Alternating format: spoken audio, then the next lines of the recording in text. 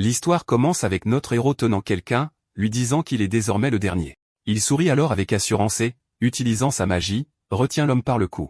L'homme l'accuse de cacher des compétences exceptionnelles qu'un simple nettoyeur ne pourrait posséder. Le héros commence à l'interroger sur le grimoire, un puissant livre de magie, soulignant que la famille de Culan ne mobiliserait pas toutes ses forces juste pour chasser un simple chien errant, décrivant les membres de la famille comme des déchets qui se multiplient et se répandent comme des chiens enragés. L'homme admet qu'il ne sait pas comment utiliser le grimoire, mais le héros déduit de leur poursuite incessante sur cette distance que le livre doit avoir une grande valeur. L'homme exige qu'il lui remette le grimoire immédiatement. En échange, il propose d'intercéder pour qu'il reprenne son travail de nettoyeur, utilisant même le terme dégradant de chien de chasse. Le héros ricane face à cette offre, se demandant sarcastiquement quelle autorité un simple responsable des nettoyeurs pourrait avoir pour faire de telles promesses. Il le soulève ensuite avec sa magie, lui demandant s'il a un dernier mot avant de mourir. Soudain, une troisième personne apparaît sur les lieux, un homme dégageant une puissante aura d'énergie maléfique qui les salue calmement. Ce nouveau venu révèle son identité, annonçant qu'il est Baharan von de Culan, le chef de la famille magique dirigeante du continent oriental, les de Culan. Le responsable des nettoyeurs était stupéfait. C'était la première fois qu'il voyait le chef de famille en face à face, bien qu'il les ait servis pendant des décennies en tant que nettoyeur. Baharan était une figure légendaire, connu comme le sorcier le plus puissant de l'histoire de la famille. Le héros se demandait quel genre d'homme pouvait être cette personne. Baharan s'adressa au héros, lui disant de lui remettre le grimoire, promettant qu'il parlerait après. Cependant, le héros lui répondit de manière grossière et choquante, lui disant qu'il l'énervait et l'accusant d'essayer de voler son butin durement gagné. Baharan répondit à cette insolence par un rire sarcastique. À ce moment-là, le héros regretta de ne pas avoir dévoré la wyverne qu'il avait vue plus tôt quand il en avait eu l'occasion, car il réalisa maintenant que l'aura émanant du chef de famille était écrasante et plus forte que tout ce à quoi il avait jamais été confronté. Baharan expliqua au héros que l'option la plus simple était de le tuer et de récupérer le grimoire par la force, mais il lui offrit une alternative. Il lui demanda de lui remettre le livre et de revenir au service de deux clans, et en échange, tous ses crimes seraient pardonnés. Baharan loua le talent de combat du héros, admettant qu'il regrettait de ne pas avoir réalisé ce talent plus tôt. Il fut impressionné qu'un rassal des bidonvilles puisse maîtriser les compétences insignifiantes des nettoyeurs et les porter à un niveau si avancé. Il essaya ensuite de le séduire avec une vision d'un avenir radieux, se demandant jusqu'où une lame acérée comme lui pourrait s'élever si elle était portée par les ailes de deux clans et quelle grandeur il pourrait ajouter au nom de famille. Il conclut son offre en l'invitant à se tenir à ses côtés et à écrire l'histoire ensemble. Le héros accepta l'offre de Baharan, mais il posa une condition. Avec un sourire rusé, le héros exigea que Baharan lui cède son siège de chef de famille, et alors seulement il pourrait négocier. Il se tourna ensuite vers Baharan, lui rappelant qu'il avait regardé ses batailles, et demanda moqueusement combien de personnes étaient mortes à cause du mouvement magique qu'il appliquait encore aux responsables des nettoyeurs épuisés. Ce défi irrita Baharan, qui avertit le héros que c'était la façon dont il choisissait de jouer et que ce choix pourrait entraîner sa mort. Le héros reconnut que c'était absolument vrai, mais il répondit par un défi encore plus grand, invitant Baharan à mesurer lui-même l'écart de puissance entre eux. Baharan accepta le défi déclarant qu'il le disciplinerait d'abord. Baharan commença à lancer une attaque que le héros esquiva avec beaucoup de difficulté, et avant qu'il ne puisse reprendre son souffle, il fut surpris par un autre cercle magique qui apparut soudainement devant lui. Réalisant que c'était le véritable pouvoir du chef de la famille de Culan, un pouvoir qui ne laissait aucune ouverture exploitable, Baharan rappela au héros son précédent défi, affirmant que certaines choses n'ont pas besoin d'être testées, comme le vaste fossé de puissance qui les séparait. Il commença alors à lancer une autre attaque qui provoqua une explosion massive. Du milieu de la fumée, Baharan demanda au héros s'il avait changé d'avis sur la négociation, lui disant qu'il le laisserait vivre, mais de justesse. Le héros répondit en demandant si Baharan l'accepterait s'il baissait la tête maintenant et retournait dans l'ombre de deux clans, mais il répondit rapidement à sa propre question par un cri de défi, « Pas question ». Le héros se releva avec force, le sang couvrant son visage, déclarant qu'il en avait assez de manger de la nourriture pour chien. Il lança une attaque d'éclairs bleus, criant avec colère et demandant qui se contenterait de redevenir un chien, car un collier fantaisie dans une grande maison ne change rien au fond. Baharan le traita de fou et se prépara à libérer une puissance écrasante. Le héros fut stupéfait par le spectacle devant lui alors qu'une énorme tempête d'éclairs violets remplissait le ciel. À ce moment-là, il réalisa quelque chose. Il comprit enfin pourquoi, ce jour-là, il avait levé les yeux vers le ciel et vu cette wyverne s'envoler avec une liberté absolue. La raison de son regard était sa souffrance et son profond désir d'atteindre cette liberté. Malgré l'attaque écrasante, le héros réussit à rester ferme. Baharan le regarda avec admiration, admettant qu'il pensait que l'attaque le tuerait, puis lui demanda s'il ressentait maintenant la différence de leur puissance. Toujours debout, le héros reconnut le pouvoir dégoûtant de Baharan. Baharan demanda s'il était prêt à parler correctement maintenant et lui demanda de terminer l'histoire qu'il n'avait pas pu terminer auparavant. Le héros se demanda si Baharan voulait qu'il redevienne un nettoyeur, mais Baharan le corrigea, expliquant qu'il ne parlait pas du poste de nettoyeur. Baran révéla sa véritable et surprenante offre au héros de devenir le chef de l'une des familles affiliées à la famille de Culan. Le héros fut choqué par cette offre. Il pensa à la façon dont la famille de Culan, dont l'autorité rivalisait avec celle du pouvoir impérial, lui offrait la direction de l'une de ses familles fidèles. Le héros regarda le grimoire en sa possession et demanda à Baran si ce livre était son objectif depuis le début. Baran répondit que le héros se sous-estimait encore, insistant sur le fait que son désir était pour le héros lui-même et que le grimoire venait en second. Baran vit que le héros commençait à envisager l'offre, et il promit que l'accepter effacerait tous ses péchés passés, et que seule la gloire avec la famille de Culan l'attendrait. Mais de façon inattendue, le héros commença à verser son énergie dans le grimoire avec l'intention de le détruire. Baran lui demanda avec choc ce qu'il faisait, ce à quoi le héros répondit sarcastiquement qu'il pourrait la voir après qu'il soit réduit en cendres. Baran menaça le héros de ne jamais mourir en paix, mais le héros le fit taire et lui dit d'écouter. Le héros expliqua que les nettoyeurs ne se soucient pas de l'argent, mais il prit ce grimoire parce qu'il était inestimable. Il révéla ensuite le sombre secret qui se cachait derrière, se demandant si Baran était au courant des nettoyeurs qui avaient été dévorés par le jeune maître de Culan en utilisant la magie interdite de ce livre. Ce salaud avait dévoré les camarades du héros, et la famille de Culan avait étouffé l'affaire. Baran demanda avec mépris si tout cela était pour se venger, notant que la vie des chiens errants est bon marché. Le héros répondit que son motif n'était pas seulement la vengeance. Il voulait réaliser les rêves de ses camarades, et cela nécessitait de l'argent. Il voulait également s'assurer qu'il ne retournerait pas vivre dans une niche après sa retraite. Après avoir tout entendu, Baran déclara qu'il avait entendu les derniers mots du héros.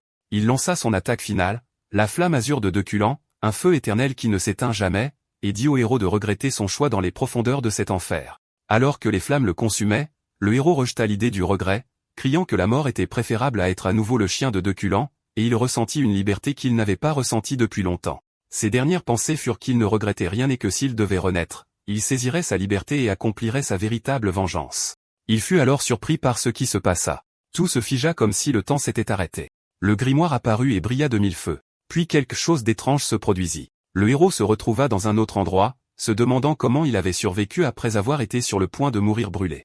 Il sentit que quelque chose n'allait pas, et l'endroit lui semblait familier comme s'il était revenu dans le passé. Puis il se souvint qu'il était dans la zone noire et blanche, l'endroit où il s'était battu pour survivre quotidiennement avant de devenir un nettoyeur.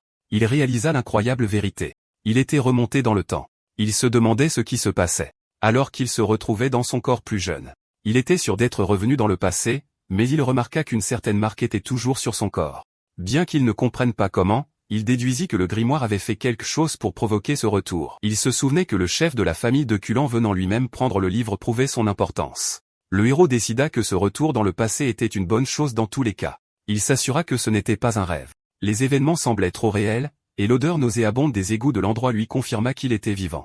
Il se sentait optimiste quant à la possibilité de connaître un grand succès, quoi qu'il fasse, mais il se demandait ce que signifiait connaître un grand succès. Il se rappela qu'il avait autrefois un rêve que ses camarades partageaient également, et c'était la même raison qui l'avait poussé à décider de prendre sa retraite. Il commença à se souvenir d'une conversation qu'il avait eue avec l'un de ses camarades, Astor. Dans ce souvenir, Astor lui disait qu'ils n'étaient que des sans-abri de la zone noire et blanche, manquant de vêtements, de nourriture et d'éducation, et lui demandait lequel de ces éléments était le pire pour lui. Le héros répondit que le manque de nourriture était le pire, mais Astor le corrigea. Après qu'un regard d'agacement face à la stupidité de la réponse apparut sur son visage, il expliqua que ne pas recevoir d'éducation était la chose la plus douloureuse. S'ils avaient été correctement formés et éduqués, ils ne seraient pas tombés entre les mains des nobles qui les ont réduits en esclavage. Astor révéla son rêve après sa retraite, qui était de construire une bibliothèque, un endroit où chacun, quelle que soit sa richesse, son statut ou son sexe, pourrait lire des livres librement. Quant au héros, son rêve était d'aller encore plus loin. Il voulait construire une flèche imposante sans autre raison que son amour des choses hautes. Il prévoyait de remplir cette tour de tous les livres qu'il pourrait trouver. Plus important encore, il placerait le manuel secret de la famille de Culan à l'entrée du premier étage afin que tout le monde puisse l'obtenir, qu'il s'agisse de vagabonds de la zone noire et blanche, de fils de nobles, ou même des bouchers du marché. Le simple fait d'imaginer voir ces techniques, que la famille de Culan considérait comme plus précieuses que sa propre vie, mise à la disposition de tous le rendait fou de joie. Il admit que le problème était de savoir comment obtenir ces techniques, mais il décida de laisser cela à son futur lui. Son but ultime était de diffuser aussi largement que possible les secrets de Culan, ce qui conduirait à leur effondrement complet. Soudain, ses rêves furent interrompus par un puissant coup de pied au visage. Un jeune homme en colère apparut et lui cria dessus parce qu'il n'était pas resté où on lui avait dit, puis commença à lui donner des coups de pied à plusieurs reprises. Au début, le héros fut choqué par cette attaque soudaine, mais il rassembla rapidement son expérience de fixé qui avait mené d'innombrables batailles. Il réussit à bloquer l'un des coups de pied, ce qui surprit l'attaquant. Le héros lui dit calmement qu'il l'avait frappé 7 fois. Puis, avec un regard acéré, il déclara qu'il était temps de le rembourser au décuple. Le héros se prépara à une contre-attaque tandis que la peur apparaissait sur le visage de l'attaquant, et le bruit fort d'os brisés se fit entendre. Le héros fut surpris de constater que c'était sa propre main qui était cassée, se demandant comment cela s'était produit. L'autre garçon commença à le gronder avec colère pour avoir osé frapper quelqu'un de plus âgé que lui, le traitant de fou. Bien que le héros ait réussi à porter un coup, le jeune homme le jeta à terre et continua à le frapper. Alors que le corps du héros souffrait, c'était son cœur qui souffrait le plus. Le héros profita de l'occasion et fit trébucher l'attaquant qui perdit l'équilibre et tomba dans un canal d'égout. Le héros vit cela comme une chance de s'échapper. L'attaquant se releva, toussant, et demanda au héros où il pensait aller, mais le héros répondit qu'il ne s'enfuyait pas. En fait, ce qu'il faisait était une retraite tactique. Il décida de se souvenir du visage de son agresseur et de garder les 57 coups qu'il avait reçus dans son cœur, se rappelant qu'il était un fixé expérimenté qui ne savait pas abandonner. Après s'être éloigné, il réalisa que sa situation était mauvaise. Son poignet était foulé pour avoir simplement lancé un coup de poing, ce qui lui fit plaindre la faiblesse de son corps actuel. Il s'assit, vaincu, et décida qu'il devait oublier la tour pour l'instant et que la priorité était de réparer et de renforcer ce corps faible. Soudain, un petit enfant aux cheveux blancs apparut devant lui et lui demanda s'il avait faim. Le héros lui demanda s'il le connaissait, et l'enfant répondit que non. Le héros analysa les vêtements de l'enfant. Bien qu'ils soient usés, ils étaient à l'origine chers, il en conclut donc qu'il était très probablement le fils d'un noble qui avait perdu une lutte de pouvoir et s'était enfui ici. Il le considérait comme une bombe à retardement à éviter. L'enfant se présenta, disant qu'il s'appelait Damian, et que le nom de sa mère était Bianca. Le héros sentit qu'il apprenait des choses qu'il ne devrait pas savoir, alors il demanda à Damian s'il était un peu lent à la détente. Damian lui dit alors innocemment que sa mère était morte, et le héros eut pitié de lui. Il répondit qu'il n'avait pas de père non plus, donc il était le gagnant, puis essaya de le chasser. Le héros décida qu'il valait mieux s'éloigner de cette bombe à retardement avant que cela ne devienne plus problématique. Mais quand il essaya de partir, Damian lui dit qu'il viendrait avec lui. Le héros refusa et pensa à le frapper pour le faire partir. Damian remarqua le poignet blessé du héros et lui demanda si ça faisait mal, puis proposa de l'aider. Il plaça sa main sur la main du héros, et une puissante lumière de guérison apparut, ce qui étonna le héros. Il réalisa immédiatement qu'il ne s'agissait pas d'une simple main guérisseuse ordinaire. Il reconnut la technique secrète. C'était la lumière de la guérison, une technique spéciale de la famille noble déchue Blandu, qui fut détruite par la famille de Culan. Les instincts du héros en tant que fixé professionnel hurlèrent. Il réalisa qu'il venait de s'embarquer dans quelque chose de très mauvais et de dangereux. Il se demanda pourquoi un enfant de la famille Blandu se trouvait à cet endroit alors que leur famille était censée être encore en bonne position à ce moment-là. Il répéta le nom de Damian dans son esprit alors que Damian lui demandait s'il l'appelait. Soudain, il se souvint de quelque chose.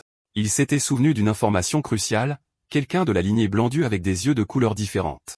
Il reconnut l'identité de l'enfant devant lui. C'était le monstre de Blandu, Damian von Blandu, le fou qui ne meurt pas même s'il est tué. Le héros était dans un état de choc qu'il ne pouvait pas comprendre. Sa mémoire le ramena dans le passé, à une époque avant son déclin où il travaillait encore comme fixé. Il se souvint d'une mission qui lui avait été confiée par ordre de la famille de Culan sur les terres de la famille Blandéo.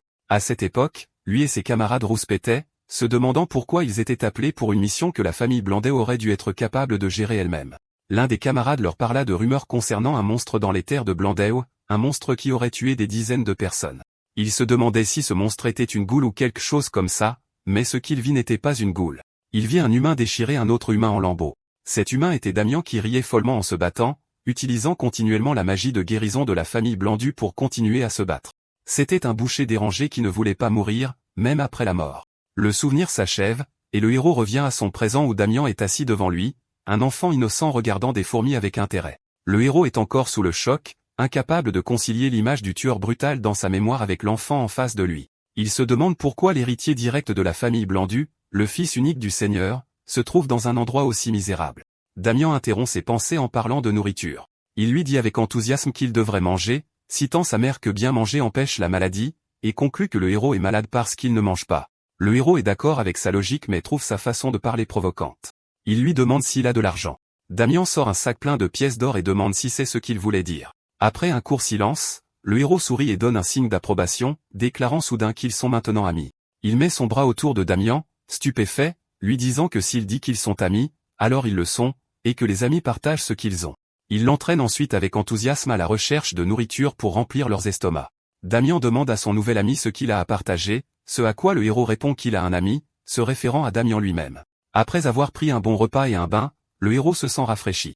Il voit Damian errer dans l'endroit, qui semble être une maison au-dessus du restaurant. Damian explique que c'est la première fois qu'il voit un endroit comme celui-ci parce qu'il a toujours dormi dehors. Damian mentionne soudainement qu'il n'a pas de père. Le héros plaisante en disant qu'il a un père, et il se lance dans une dispute enfantine qui se termine avec le héros se demandant pourquoi ils essaient de rivaliser sur cette question. Puis il lui pose des questions sur sa mère. Damian regarde autour de lui et répond innocemment qu'elle n'est pas là. Le héros décide de mieux évaluer la situation. Le héros demande à Damian depuis combien de temps il est seul. Damian réfléchit un instant, puis répond que depuis qu'il s'est enfui de chez lui, il a dormi 10 fois. Le héros commence à analyser cette nouvelle information, se demandant si Damian est un fugitif et s'il est poursuivi, et si dormir 10 fois signifie que 10 jours se sont écoulés. Damian explique qu'il peut dormir 2 fois par jour, sieste comprise, donc le nombre total de fois qu'il a dormi est de 10. Le héros en déduit que Damian est en fuite depuis environ 3 ou 4 jours, mais il devient encore plus confus lorsque Damian ajoute qu'il n'a pas fait de sieste depuis qu'il s'est enfui, confirmant à lui-même qu'il est complètement fou depuis la racine. Le héros commence à planifier l'avenir. Il voit une opportunité dans le fait d'avoir Damian avec lui dans la zone noire et blanche où il peut agir comme son tuteur et établir une relation avec la famille Blandu. Cette relation pourrait être utile à l'avenir lorsqu'il affrontera à nouveau la famille de Culan. De plus, les maisons des nobles contiennent de nombreux livres dont il a besoin pour réaliser son rêve. Mais avant de penser à des plans à long terme, il décide qu'il a une affaire urgente à régler en premier qui est la rancune à 57 couches qu'il ressent envers le jeune homme qu'il a frappé plus tôt. Il dit à Damian qu'il va se coucher maintenant et l'avertit de ne pas le déranger, sinon il y aura de gros ennuis. Damian demande s'il va faire des exercices de respiration, et le héros le confirme, lui demandant de faire de même quand il aura fini, ce que Damian accepte avec enthousiasme.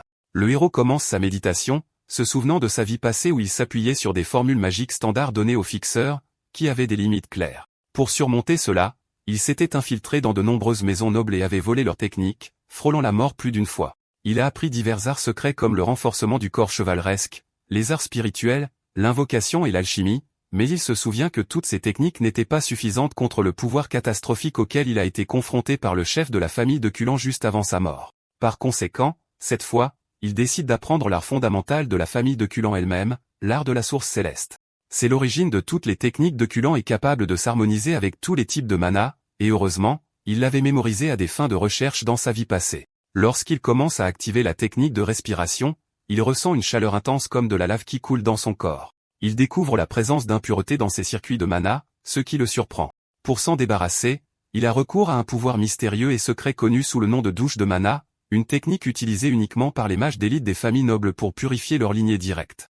Une fois le processus terminé, il se réveille et se demande combien de temps s'est écoulé. Plus important encore, il constate que ses circuits de mana sont maintenant propres et que son mana a été purifié, peut-être à un niveau de pureté supérieur à celui de sa vie passée. Malgré cette amélioration significative, il se rend compte que vaincre de Culan semble toujours une tâche impossible, même s'il était né 100 fois. Cependant, ses chances se sont améliorées et c'est un homme qui n'abandonne jamais, même face à des obstacles presque insurmontables. Le lendemain, Damian se réveille de son sommeil et constate que ses cheveux sont devenus bruns, ce qui le surprend.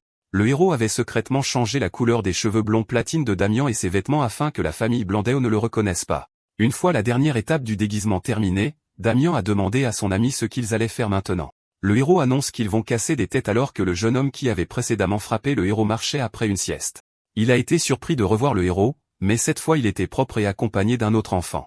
Il lui a demandé avec colère où il errait et ce qu'il en était de son apparence propre, puis a remarqué son compagnon, Damian, qui, d'après ses vêtements, semblait avoir de l'argent. Soudain, le héros a donné un coup de poing puissant qui l'a fait tomber au sol. Il lui a ensuite dit calmement que le simple fait de se souvenir de son visage suffisait et a annoncé que son score avec lui commencerait à 123 coups. 2 jeunes hommes du quartier ont entendu une agitation et sont allés voir ce qui se passait, et un grand groupe de jeunes s'est rassemblé. Tout le monde a été surpris de voir le plus jeune et ce qu'il faisait. Le héros a souri sournoisement. Tous les visages lui étaient familiers, et il a décidé de voir jusqu'où il pouvait aller cette fois. Une violente bagarre a commencé, et il les a abattus un par un. Alors que le héros affichait des compétences de combat supérieures, frappant ses adversaires avec des poings enveloppés d'énergie magique, Damian regardait avec admiration, impressionné par la vitesse et la puissance de son nouvel ami. Le héros a enseigné à Damian que dans de telles situations, il devrait décrire ce qu'il voit comme super cool, ce que Damian a répété avec enthousiasme avec des yeux pétillants. Damian s'est approché du premier jeune homme et a offert de soigner ses blessures. Le héros l'a ensuite attrapé et lui a demandé combien de coups il avait reçu jusqu'à présent, a ramassé un bâton de bois sur le sol, puis a giflé durement le garçon sur son derrière avec, lui demandant à nouveau combien de coups il avait reçu jusqu'à présent, mais le jeune homme terrifié a bégayé et a oublié le nombre. Ici, le héros s'est tourné vers Damian, son ami, et lui a dit que c'était son tour. Damien a joyeusement commencé à utiliser le toucher de guérison sur le jeune homme blessé qui criait de douleur et de peur, le suppliant d'arrêter. Le héros lui a dit que son score n'était pas encore réglé et qu'il devait recevoir 20 coups supplémentaires, ce qui a fait crier encore plus le jeune homme en panique, traitant le héros et Damien de démons. Une fois la séance disciplinaire terminée, l'un des jeunes hommes s'est approché du héros respectueusement et a dit « Bon travail, monsieur ». Le héros était fier de lui. La tâche de distribuer 2000 coups à raison de 100 coups par personne était un nouveau défi, même pour lui. Les jeunes épuisés ont demandé la permission de partir, et le héros la leur a accordée. Mais l'un d'eux a expliqué avec hésitation que c'était leur maison, ils ne pouvaient donc pas partir. L'expression du héros a changé, et il a dit que c'était un petit problème. Confrontés à cette menace voilée, les jeunes ont rapidement dit que ce serait eux qui partiraient, et ils ont fui leur maison. Alors que le héros les regardait fuir, il pensa qu'il était maintenant sans abri, mais soudain il sentit quelqu'un s'approcher de loin. Cette personne était rapide et furtive et possédait l'aura distincte d'un fixeur professionnel. Le héros a conclu qu'ils étaient très probablement poursuivis. Il pense que la famille Blandao l'a trouvé plus vite qu'il ne s'y attendait et s'inquiète car il a très peu de mana après le combat et le processus de purification qu'il a subi. Il réalise que son état actuel ne lui permet pas d'utiliser des sorts ou de se battre physiquement, mais il se souvient de sa véritable identité de fixé et expérimenté. Il se rappelle que, même dans sa vie passée, il n'a jamais eu une abondance de magie et a toujours fait face à des situations difficiles, donc ce n'est rien de nouveau pour lui. Il commence à rassembler tout le mana qui lui reste. Il compresse le mana qu'il a rassemblé, croyant que ce sera suffisant pour une attaque. Il sait qu'il n'a qu'une seule chance de survivre à cette situation. Lorsque le poursuivant arrive, il s'avère que ce n'est pas un ennemi, mais un homme âgé qui appelle Damien jeune maître. L'homme se présente comme Alfred, l'air extrêmement soulagé d'avoir trouvé Damien, exprimant la grande anxiété qui l'avait empêché de dormir. Damien refuse catégoriquement de revenir, criant qu'il ne reviendra jamais et qu'Alfred doit le tuer d'abord, tandis que le majordome essaie de le calmer et de le persuader de revenir. Le héros se rend compte que la fuite de Damien de sa famille n'était rien de plus qu'un petit garçon fuyant sa maison. Alfred, le majordome de la famille Blandao, s'excuse auprès du héros pour la scène et se présente officiellement. Le héros répond en se présentant comme Aster. Alfred remarque que le jeune maître Damien semble beaucoup apprécier Aster et l'invite à les accompagner au domicile de la famille Blandao. Le héros se méfie de leurs intentions car il est bien connu que les familles nobles méprisent les roturiers, mais il ne peut pas comprendre leur véritable motif pour cette invitation. Il décide d'accepter l'invitation car elle correspond à son plan initial de nouer une relation avec la famille Blandao qui contrôle l'entrée de la ville de Hazen où se trouve l'Académie Zénith et sa bibliothèque inégalée. Puisque son objectif est de construire une grande bibliothèque, il voit que visiter leur bibliothèque sera bénéfique. Il accepte l'invitation, considérant qu'il ne s'agit que d'un petit détour sur son chemin pour atteindre son rêve. Le héros se tourne vers Damien et suggère joyeusement d'aller voir si la nourriture de la famille Blandao est bonne. Ils arrivent au majestueux manoir de la famille Blandao. Le héros considère cela comme sa première visite officielle au manoir Blandao. Alfred leur dit qu'il est tard et qu'ils devraient se reposer, puis les confie à une servante nommée Lassie. Lorsque Lassie essaie d'emmener Damien, l'enfant panique à son regard acéré et commence à crier et à s'excuser auprès d'elle. Ailleurs dans le manoir, le bruit d'une porte qui s'ouvre se fait entendre. Quelqu'un, apparemment le maître du manoir, demande à Alfred où est Damien.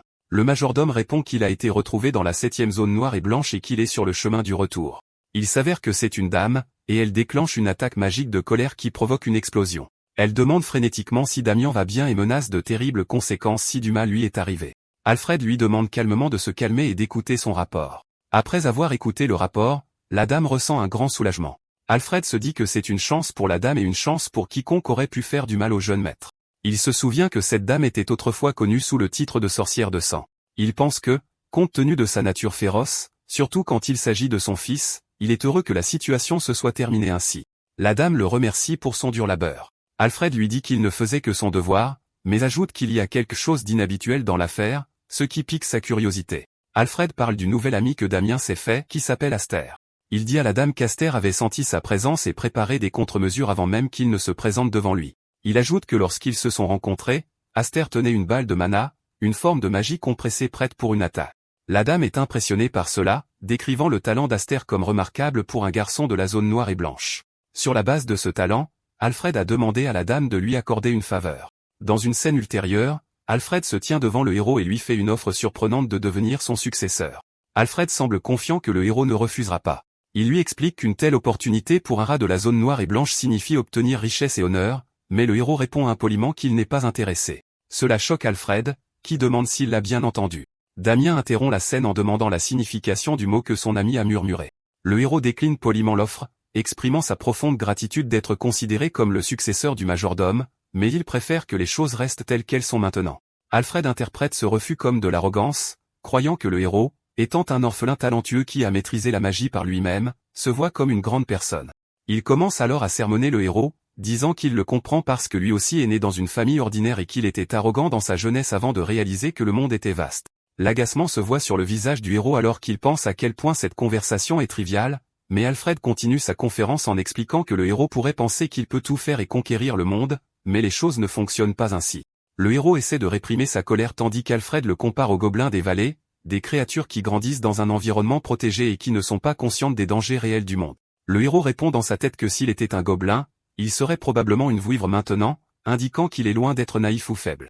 Alfred devient plus intense, déclarant que puisque le héros ne sait rien, il lui enseignera personnellement à quel point le monde est vaste et terrifiant. Alfred ouvre les portes d'une grande salle où de nombreux jeunes majordomes stagiaires sont alignés pour le saluer. Alfred demande au héros son opinion, soulignant que ces jeunes hommes sont des talents de la famille Blandeo à peu près du même âge et qu'il peut sûrement ressentir leurs compétences. Le héros les regarde tranquillement et admet en lui-même que les talents de Blandeo sont en effet impressionnants. Il note qu'il est difficile de croire qu'ils ne sont que des adolescents avec ce niveau de raffinement car leur aura rempli tout l'endroit. Mais il regarde dans leurs yeux et pense avec sarcasme, il y avait des gobelins ici, ce qui signifie qu'ils ne sont rien comparés à ce à quoi il a été confronté. Alfred demande à nouveau s'il acceptera son offre, lui promettant qu'il peut briller comme ses enfants et même plus. Le héros répond simplement qu'il n'aime pas briller, ce qui provoque Alfred. L'un des stagiaires nommé Winster s'avance et s'adresse au maître d'hôtel. Winster dit à Alfred avec un sourire sarcastique que si ce garçon avait vraiment ressenti quelque chose, il n'aurait jamais refusé son offre. Et puisqu'il a refusé, cela signifie qu'il n'a pas encore réalisé la vraie valeur de la position ou le talent présent dans la salle. Winster se porte volontaire pour donner au héros un petit aperçu de la vraie magie, proposant un duel d'entraînement. Alfred trouve l'idée arrogante, mais il y consent. Alfred suggère que le héros ait un duel rapide avec Winster. Le héros réalise qu'il est devenu une épine dans leurs pieds. Il comprend qu'il le voit comme un simple chien errant chanceux qui a trouvé son chemin à l'intérieur. Le héros accepte le duel mais demande à choisir ses adversaires lui-même, ce qu'Alfred autorise. Le héros pointe Winster et 4 autres stagiaires. Il annonce qu'il affrontera les 5 à la fois, ce qui les choque. Il se moque d'eux en disant qu'ils devraient juste mourir s'ils ont peur. Alfred rit, impressionné, déclarant que c'est l'esprit que son successeur devrait avoir, mais il l'avertit que ces mots pourraient être considérés comme une insulte à la famille Blandeo et lui demande s'il est prêt à en assumer la responsabilité, ce à quoi il répond avec confiance qu'il le fera. Alfred fixe les conditions du duel. Le héros doit durer exactement 1 minute. S'il réussit, il recevra un cadeau. S'il échoue, il sera tenu responsable de ses paroles. Le héros réalise qu'être tenu responsable signifie être forcé de devenir le prochain maître d'hôtel et le voit comme une tentative d'Alfred de le lier, mais il accepte les conditions. Alors qu'il se prépare pour le duel, l'un des entraîneurs confie à Alfred qu'il craint que le duel ne soit trop dangereux. Alfred répond que c'est ce danger qui le rend intéressant, car il pense que briser l'entêtement du garçon est le seul moyen pour lui de grandir. L'entraîneur des 5 apprentis est inquiet. Il craint que blesser l'invité du jeune maître ne mette fin à sa carrière. Pendant ce temps, Damien observait la scène avec la servante, Lassie. L'entraîneur s'approche de lui et le supplie d'arrêter le maître d'hôtel, l'avertissant que son ami court un grave danger. Mais Damien montre une grande excitation, ce qui terrifie encore plus l'entraîneur. Lassie intervient et dit à Damien que s'il interfère, sa mère le grondera, alors Damien réprime sa colère. Alfred ordonne à l'entraîneur hésitant de commencer le duel. L'entraîneur se dit qu'il a fait de son mieux pour s'y opposer, mais qu'il doit obéir aux ordres. Lassie dit à Damien qu'elle revient bientôt et lui demande de ne pas interférer. Damien sourit et lui dit qu'il a compris. L'entraîneur explique les règles du duel, le décrivant comme un combat à tour de rôle. Il ricane intérieurement, considérant qu'il s'agit d'une bataille d'anéantissement et pas seulement d'un combat. L'entraîneur confirme que le duel est bien un anéantissement où il continue jusqu'à ce qu'un camp se rende, tout en conservant le droit d'arrêter le match. Winster se moque du héros, le traitant de chien errant aveuglé par la chance, et jure de l'écraser et de révéler sa vraie nature. L'entraîneur crie, annonçant le début du duel, et l'un des adversaires se précipite pour attaquer le héros. Dès que le duel commence, le héros lance son attaque sur Winster, lui assénant un coup puissant et direct à la poitrine, le laissant dans un état de choc et de douleur. Winster hurle, n'en croyant pas ce qui s'est passé.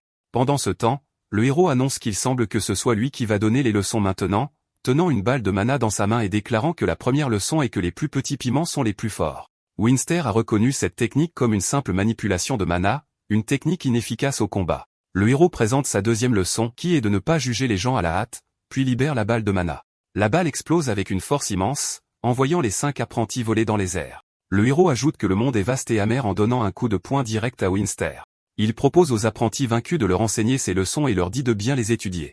Winster lui crie dessus, le traitant de fou, affirmant que ce qu'il utilise n'est pas de la magie. Le héros utilise ce que l'on appelle la magie somatique, un style qui intègre le mana au combat au corps à corps pour vaincre ses adversaires.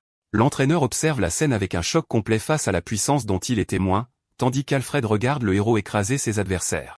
Alfred analyse la technique du héros, réalisant que la balle de mana qu'il a utilisée a été compressée au moins 3 ou 4 fois. Il imagine que s'il avait été touché directement par cette balle lors de leur première rencontre, cela aurait été dangereux. Il admire le contrôle inné du héros sur le mana. Il pense que la façon dont le héros a vaincu ses adversaires était terrifiante. Soudain, Alfred sent la présence de Lady Bianca et est stupéfait. Lady Bianca arrive avec Lassie, apportant de l'espoir à l'entraîneur qui croit qu'elle est venue les sauver. La dame a demandé ce qui s'était passé, et Alfred répond avec hésitation qu'ils effectuaient un simple test. La dame regarde l'état chaotique et les apprentis blessés sur le sol et demande sarcastiquement si c'est ce qu'il appelle un test. Elle ordonne à Alfred de rassembler les apprentis et de les éloigner de cet endroit pour le moment. Puis elle a demandé à Damian de retourner dans sa chambre. Elle a également demandé au héros de retourner dans sa chambre, et il se dit, quel dommage. La dame convoque l'entraîneur, Rambay, et le renvoie d'un seul mot. Elle se tourne vers Alfred, lui disant qu'elle comprend ses intentions, mais qu'il est allé trop loin cette fois-ci. Alfred s'excuse, admet avoir perdu son sang-froid et est prêt à accepter n'importe quelle punition. La dame change de sujet et demande des détails sur ce qui s'est exactement passé lors du duel, se demandant si Damian l'avait aidé. Alfred le nie, expliquant que le héros était simplement incroyablement doué pour frapper. Alfred s'excuse pour sa distraction et précise que la balle de mana qu'il a mentionnée précédemment a été utilisée à nouveau par le héros dans ce duel, mais cette fois, il l'avait compressée 3 ou 4 fois de plus. La dame en déduit que cela signifie que le contrôle du mana par le héros est excellent et admet qu'elle a été très choquée même si elle ne l'a pas montré.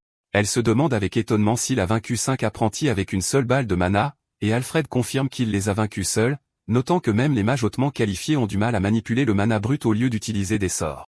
Lady Bianca interroge Alfred sur l'offre qu'il a faite au garçon, et il lui dit qu'il l'a catégoriquement refusée. Ce refus pique l'intérêt de la dame, et elle décide qu'elle doit réévaluer Aster, lui ordonnant de le faire venir auprès d'elle. Le héros est convoqué pour rencontrer Lady Bianca, qui l'accueille et l'invite à s'asseoir tandis que Damien s'assoit à côté d'elle avec la bouche pleine de nourriture.